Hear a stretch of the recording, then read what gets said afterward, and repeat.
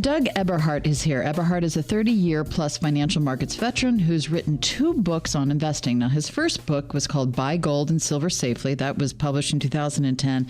But his second book, which has come out this year in 2016, is called Illusions of Wealth. And it's Doug's 2016 book, Illusions of Wealth, that has really pulled in my focus. And that's where I want to start today. Doug, welcome to Financial Myth-Busting.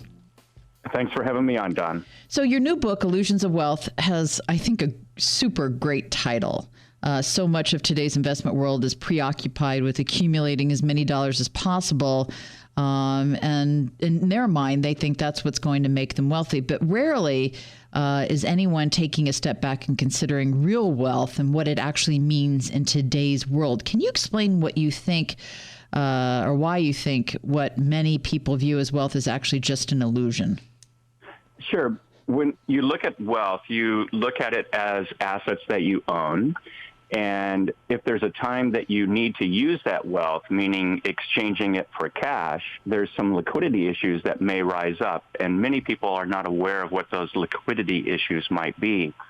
And there's what's called John Exter's pyramid, which is the perfect representation of where you stand with your wealth, depending on what assets you have. And the liquidity with each of those will be dependent upon who you have as a buyer for that asset. And that's one thing that many people don't consider when they do their investing. How do you recommend amassing real wealth? I mean, can you give us an idea of what one would take paper wealth and turn it into something tangible? And what are examples in your mind of real wealth today?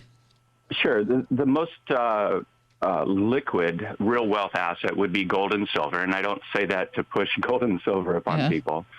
But I do think it sits at the bottom of that Exter's pyramid, but it sits outside of the pyramid because it has no other liability associated with it, whereas every other asset has some sort of a liability from liquidity down to will it be something that, well, for example, real estate. If you own a nice house and you have all this wealth accumulated and you want to sell that house, well, you have to have a buyer for it.